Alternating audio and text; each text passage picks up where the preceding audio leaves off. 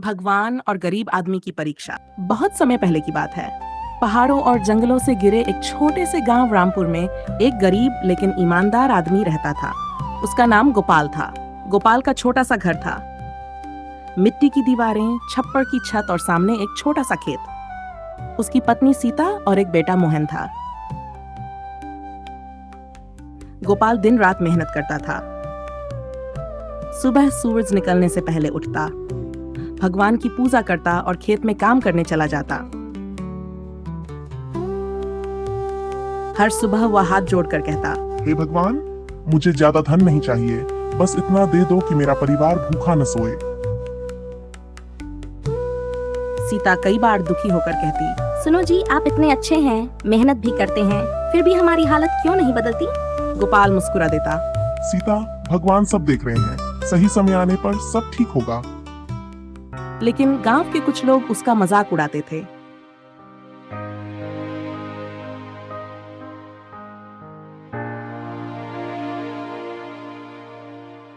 एक दिन गांव का अमीर व्यापारी रघुनाथ हंसते हुए बोला, अरे गोपाल, कब तक भगवान भगवान करते रहोगे? भगवान से कभी किसी को धन मिला है क्या?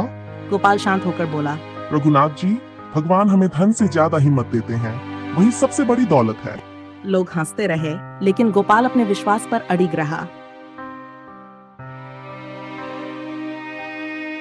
एक रात गोपाल बहुत थका हुआ था। उसने थोड़ा सा सूखा खाना खाया और सो गया। उस रात उसे एक अजीब सपना आया। सपने में चारों तरफ तेज प्रकाश फैल गया।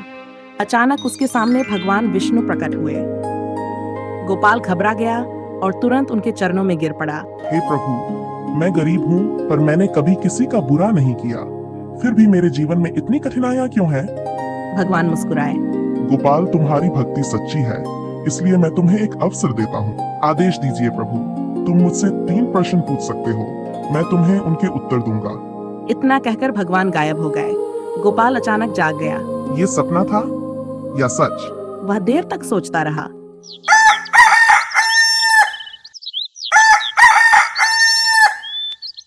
सुबह उसने सब कुछ सीता को बताया। सीता बोली, अगर भगवान ने सच में दर्शन दिए तो जरूर कोई कारण होगा।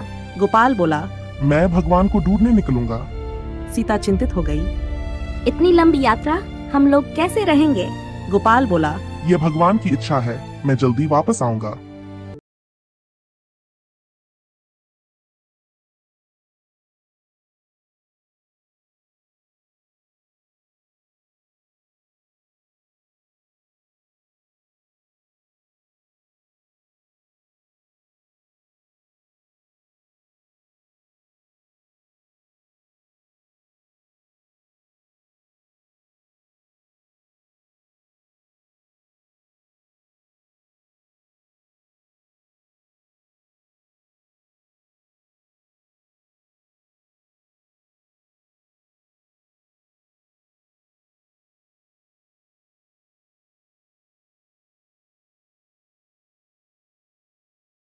गोपाल एक खेत के पास पहुंचा।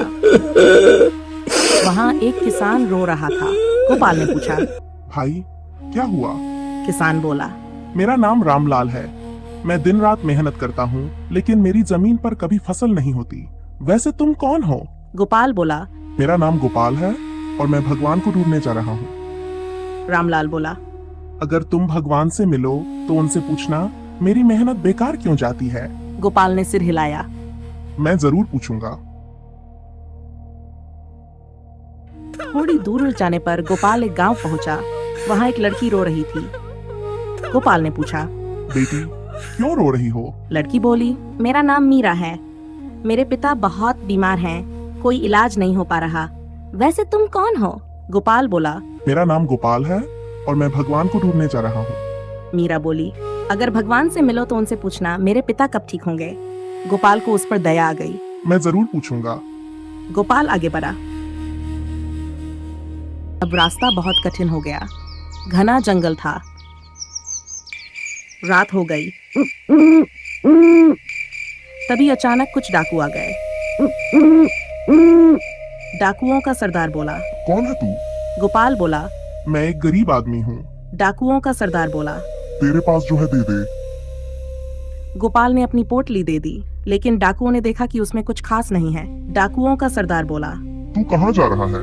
गोपाल बोला। मैं भगवान से मिलने जा रहा हूँ। लेकिन एक डाकू बोला।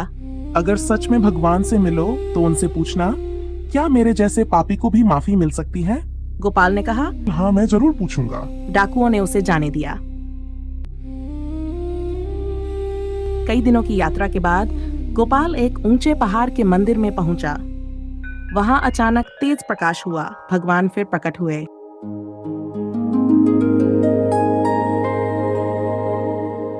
गोपाल उनके चरणों में गिर पड़ा। भगवान बोले। गोपाल, पूछो अपने 3 प्रश्न। लेकिन अब गोपाल उलझ गया, क्योंकि रास्ते में कई लोगों के सवाल थे। वह सोचने लगा, मैं किसका सवाल पूछूं? पहला प्रश्न गोपाल बोला। हे प्रभु, वो साधु 40 साल से तपस्या कर रहा है, फिर भी उसे आत्मज्ञान क्यों नहीं मिला? भगवान बोले। क्योंकि उसके मन में अहंकार है। वह सोचता है कि वह सबसे बड़ा तपस्वी है। दूसरा प्रश्न गोपाल बोला। एक किसान रामलाल है। वह मेहनत करता है, फिर भी उसकी जमीन बंजर है। भगवान बोले। उसकी जमीन के नीचे पानी है, लेकिन उसने कभी गहराई से खुदाई नहीं की। अब गोपाल का तीसरा प्रश्न था, लेकिन उसने अपना सवाल नहीं पूछा। वह बोला। हे प्रभु, एक लड़की के पिता बीमार हैं, क्या वह ठीक हो सकते हैं? भगवान मुस्कुराए। हाँ, अगर उन्हें जंगल की दुर्लभ जड़ी बूटी मिल जाए तो वे ठीक हो सकते हैं। फिर भगवान बोले। गोपाल, तुमने अपना सवाल नहीं पूछा। गोपाल बोला। प्रभु, मुझे अपने लिए कुछ नहीं चाहिए। भगवान खुश हो गए। भगवान बोले। तुम्हारी निस्वार्थ भावना के कारण मैं तुम्हें आशीर्वाद देता हूँ। तुम जहाँ जाओगे वहाँ लोगों की मदद करोगे और तुम्हारा जीवन सुखी होगा। हास्तु। गोपाल वापस लौटने लगा।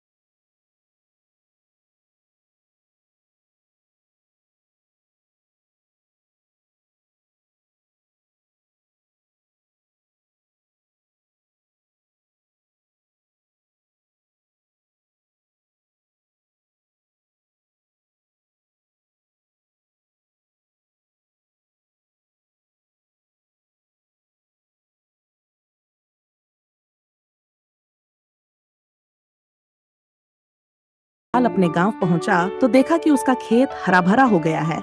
फसल इतनी हुई कि पूरा गांव खा सकता था। रघुनाथ भी हैरान रह गया। गोपाल, ये कैसे हुआ? गोपाल मुस्कुराया। जब इंसान दूसरों के बारे में सोचता है तो भगवान उसके बारे में सोचते हैं। कहानी की सीख। भगवान सच्चे और निस्वार्थ लोगों की मदद जरूर करते हैं। दूसरों की मदद करने से जीवन में सच्चा सुख मिलता है। मेहनत के साथ धैर्य और विश्वास भी जरूरी है। अहंकार जान का सबसे बड़ा दुश्मन है।